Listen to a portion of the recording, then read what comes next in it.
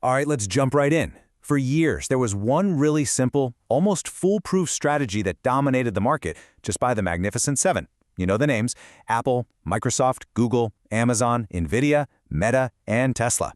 They felt like this single, unstoppable force. Well, that era is officially over.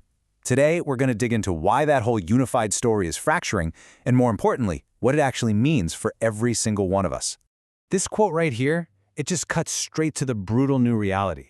It's not one big happy family anymore. No, it's a story of the haves and the have-nots. The haves are the ones who own the essential AI infrastructure, the proprietary tech. The have-nots? They're just drowning in AI debt trying to keep up. So if you're still just buying the whole basket, you're not making a savvy bet anymore. You're basically subsidizing the losers. Let's break down exactly why. So what do we really mean when we say the Mag 7 is dead? Well, think of it like a really messy, really violent divorce. These companies, who for so long were partners in this incredible growth story, are now heading in completely different directions. And it's the insane financial demands of this AI revolution that are tearing them apart. The monolithic era? Yeah, it's done. Look at this number. This really puts the scale of this thing into perspective. A loss of $850 billion in market cap in just the last few trading days of March 2026. And get this, at the same time, the rest of the S&P 500 was actually hitting record highs. So this wasn't some market-wide crash. No, this was a very targeted, very specific reevaluation. It's the sound of investors waking up and realizing that the collective story just doesn't work anymore. This right here is the fundamental shift in strategy. The old way was just simple. Buy the basket. You bought the whole group. But today, the game is all about relative value. You absolutely have to look inside the basket, pick it apart, and figure out who the AI haves are, the ones building the core tech, and separate them from the have-nots, the ones spending billions just to stay in the game. Okay, so now let's get into the hard data, the real proof behind this whole divorce. You know, talk is cheap, but the numbers don't lie. And they show this massive chasm opening up between these companies that used to be allies. So you have to ask yourself, what is the single biggest factor that's ripping this group apart? It's not just about who has the flashiest new AI model. It actually comes down to something way more fundamental, something you can see clear as day on an earnings report. And here it is, this is the smoking gun. Projections show the Mag 7 growing net income by a massive 25% in 2026. And on the surface, you look at that and you think, wow, incredible. But hold on, because the real story is what's happening underneath all that.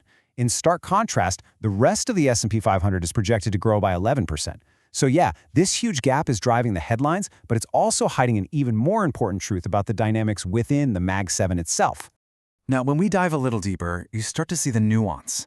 That really powerful 25% growth from the Mag 7, it's pretty much single-handedly propping up the average for the entire tech sector. I mean, look at the information technology sector as a whole. It's only projected to grow at 10.9%, which is basically identical to the non-tech part of the market.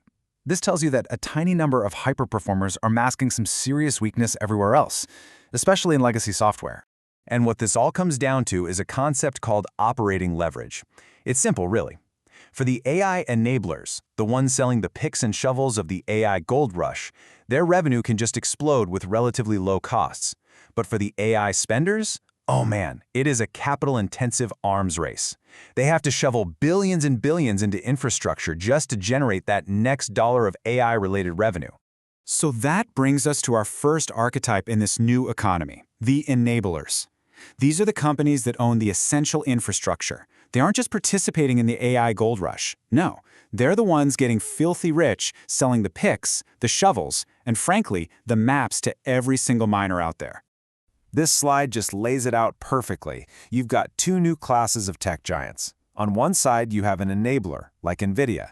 They design the chips, but they outsource the manufacturing. It's an asset-light model that just prints incredible amounts of free cash flow. Then on the other side, you've got a spender, like Meta.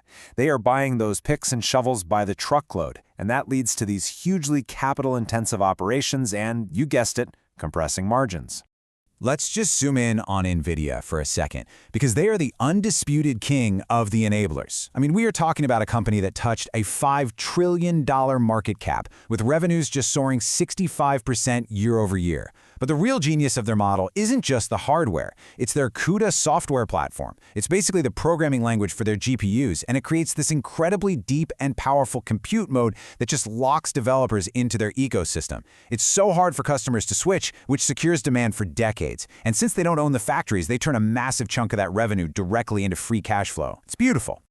All right, now let's flip the coin and look at the other side of this great divide, the spenders. These are the companies who are caught in an absolutely brutal AI arms race, where just staying relevant means spending astronomical sums of money on infrastructure.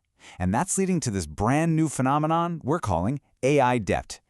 This direct comparison, right here, this is the heart of the new relative value strategy. Just look at these numbers. NVIDIA is forecasted to generate over $160 billion in free cash flow, while Meta is spending up to $135 billion on AI infrastructure. NVIDIA's free cash flow margin is pushing north of 50%. Meta's is collapsing down toward 20%. One is a cash machine, the other is a cash furnace. And all that spending? It's not just coming from cash they have lying around. Oh no, to fund this arms race, big tech is hitting the debt markets like never before. A projected $317 billion in new corporate debt in 2026 alone. That's a 500% increase in just 2 years. That is AI debt, and it just screams financial pressure on these spenders.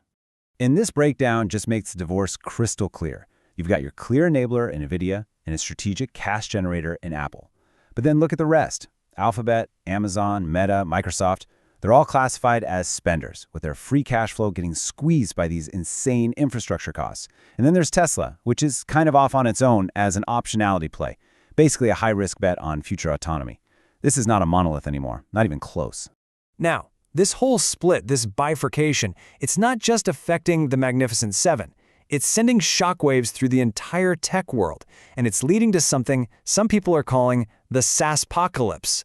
This is a systemic threat to the whole legacy software industry, and it all boils down to a broken business model. So what on earth is the SaaSpocalypse? Well, it's that moment when the market finally wakes up and realizes that the traditional software business model is broken. See, for decades, companies charged per seat. More employees meant more revenue. But what happens when one single AI agent can do the work of 100 humans? The entire model just collapses. The math here is both simple and absolutely brutal. For nearly 2 decades, a SaaS company's growth was tied directly to its customers' headcount. More employees, more licenses, more revenue. Easy. But now, in this new agentic era, scaling is all about compute power. So, if your customer can use 10 AI agents to replace, say, 100 sales reps, their software vendor could lose 90% of that revenue overnight, even while the customer is more productive than ever before. And this leads to this weird phenomenon of zombie tech. These are these established software companies, the darlings of the 2021 bull market, that are now basically obsolete. They're being held up by investors who are just stuck in the past, suffering from nostalgia, and failing to accept the brutal truth. For these companies, AI isn't some magical new revenue stream, it's a massive, margin-crushing expense they have to pay just to stay alive. Okay, so, with this great decoupling, this massive shift, how do you navigate this new world? The old rules are broken. It is time for a brand new playbook. So the new playbook is all about this relative value approach. It means going long on the enablers, the AI hardware guys. It also means recognizing the nuance within the spenders, right? So companies like Alphabet and Amazon, yeah, they're spending a ton, but they're also developing their own custom silicone. That's a huge long-term advantage to control costs and performance. On the other side, you look at going short or just underweighting the legacy SaaS companies still trapped in that per-seat model. And finally, you go long on the AI utilities, the energy companies, the data centers, the boring stuff that actually powers this whole revolution. So here's the bottom line. If you're still just buying the whole Mag 7 basket, you're not making a smart bet on the future. What you're actually doing is taking the profits from the winners to actively subsidize the massive capital burn of the losers in this great tech divorce. And that leaves us with one final, and I think really critical question for you to think about. When you look at the market today, you have to ask yourself, Are your investments with the companies that own the heartbeat of AI, the core silicon, the platforms, the stuff nobody can copy? Or are you just betting on the ones who are paying the massive electric bill for a revolution that somebody else controls?